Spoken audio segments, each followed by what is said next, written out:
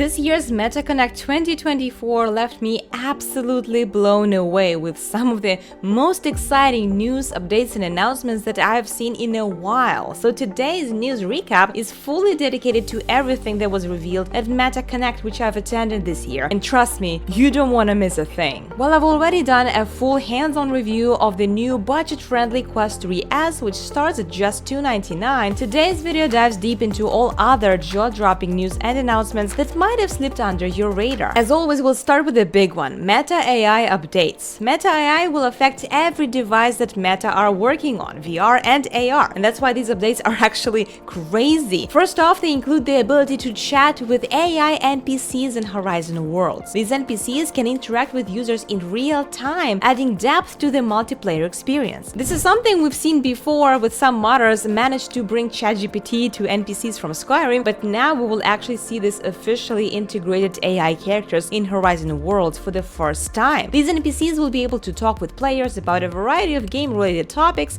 offer help, or even compete in games. I can see this spreading out to other VR and non-VR games, but for now, just Horizon Worlds.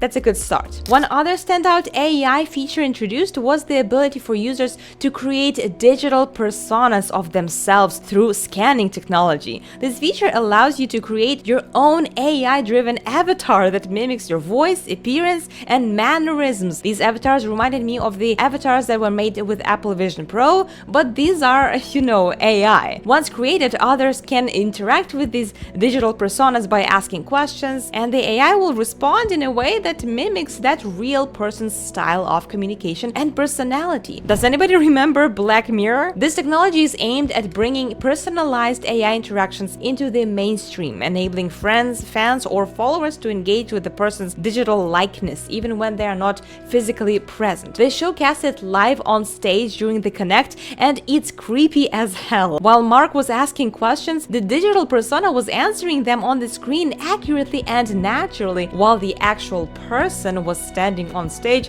smiling and nodding along. Is being in nature and standing desk important for your creative process? Being in nature and using a standing desk is crucial for my creative process. This feature is part of Meta's broader vision for more interactive and lifelike AI experiences, blending the lines between virtual avatars and real-world identities. It opens up possibilities not just for personal use, but also for influencers and creators who can extend their presence and engagement with audiences through these digital counterparts. But still, I'm not gonna lie, it's so creepy. I don't know if I would use them, but just the possibilities of this thing are insane. Speaking of influencers and celebrities, Meta announced the integration of celebrity voices like John Cena and Kristen Bell into Meta AI's chatbot. These AI chatbots will be available in apps like Messenger, WhatsApp, and Instagram, and it will offer more interesting interactions with the AI. This feature is part of Meta's broader goal to make AI more human-like and engaging. Truly mind-blowing new tool is currently in testing, but it will allow automated translation of audio in Reels, which will also be lip-syncing movements and imitates the original voices of the person who's talking in multiple languages. So essentially, you translate your whole reel and make yourself sound like you are speaking those different languages. Lengua materna es el español, pero fíjate, ahora también puedo hablar inglés. My native language is Spanish, but check it out, now I can also speak English. This feature is starting with creators in US and Latin America with support of English and Spanish for now, but Meta plans to expand it globally to other languages and regions, which I would like to see. And it's great for creators who will be able to reach out even broader audiences than ever before. AI improvements also touched AI image generation abilities, as now Meta is capable of generating images directly inside their apps, like in Facebook or Instagram, for example. If you open the chat with Meta, you can give prompts and generate images like in DALL-E. But the coolest thing about it is that it can also edit parts of those images without regenerating the entire image. So you can keep adding little tweaks to that original image until you get it just right. Like when I was generating this cat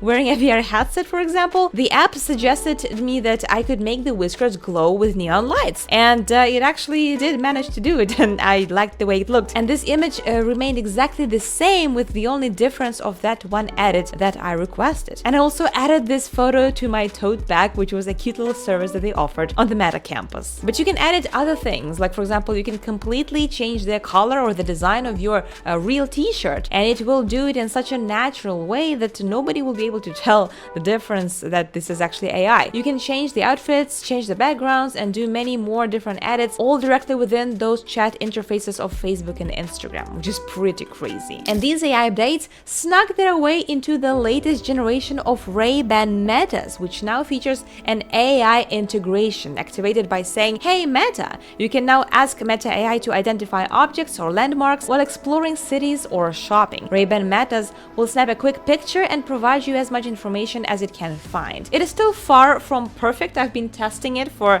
quite some time now, but still it is a work in progress that's very impressive. It is really cool that it can offer suggestions and provide answers to some questions in real time, but I'll cover all my thoughts about this newest Meta AI update in Ray-Bans in a separate video very soon. It even can do real-life translations, even though right now it can only support Spanish, French, and Italian, but more languages will be added in the future. I'm really looking forward to that. By the way, I actually managed to snatch the limited edition of Ray-Ban Metas with this transparent design, but again, I will tell you more about these glasses in a separate video. At the core of all of these AI updates that Meta introduced is Meta's latest version of its large language model called Lama 3.2, which powers not only these new features, but it also allows for more natural, human-like interactions across all Meta platforms. Designed to handle both text and images, it's a backbone of AI-driven content creation like image generation and real-time editing. With Llama 3.2, Meta is trying to integrate AI into every corner of its ecosystem, from personalized digital personas to real-time translations, and Llama 3.2 is the engine that drives it all. AI is of course great, but it's not the biggest update announced at MetaConnect. The biggest news of MetaConnect 2024 was the unveiling of Orion, Meta's upcoming AR holographic glasses. Yes, holographic glasses. And during the event, for the first time ever, they presented a fully functional prototype of these glasses, and I still cannot believe that I was there to witness it. The technology used in Orion will make your jaw drop. Just think about it. These glasses use silicon carbide lenses, which is a highly expensive and advanced technology, and it's used in aerospace technology. These lenses combined with micro LED projectors deliver an impressive 70-degree field of view, which is unprecedented for AR glasses. To compare, the recent and the newest Snapchat spectacles announced only a couple weeks ago have a field of view of 46 degrees. It's about 2/3 of Orion. And remember, we're talking about glasses here, not a VR headset. It's all just translucent lenses that you can see your real world around you. For that, the field of view of 70 is amazing. Imagine the holographic displays and the Apple Vision Pro functionality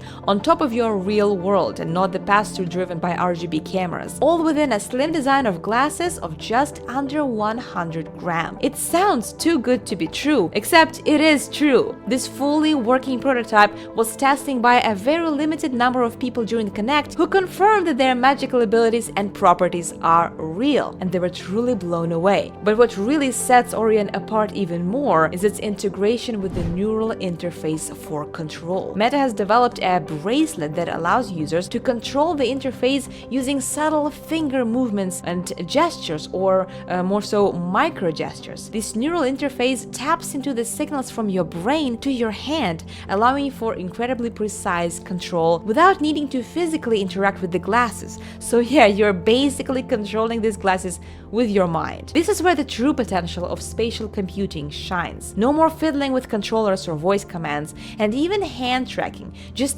seamless interaction between your mind and the hologram in your environment. Of course, this technology is not yet consumer ready. Costing 10,000 grand to manufacture, it has still got work to do regarding its power, functionality, and even the visual look, because they don't look the prettiest. And we kinda know that Mark likes his devices to have a stylish look. That would be insanely cool to see Orion in the form of Ray-Ban glasses someday. Honestly, I have not been this excited about the state of XR for years. This has been such an incredible event, and it felt like such a jump in technological process, even despite the fact that the actual VR development has slowed down a bit from Meta. And the Quest 3S is meant to solidify Quest 3 status in the VR scene as the dominant standalone VR headset. I think they just decided to capitalize on that success rather than introduce a brand new VR headset. And one more thing, thing I tried at MetaConnect was Snapchat spectacles, thanks to my good friend Dilmer. I'll make a video review about it soon, as well as my full review of all the new AI updates to Ray-Ban Metas, and until then,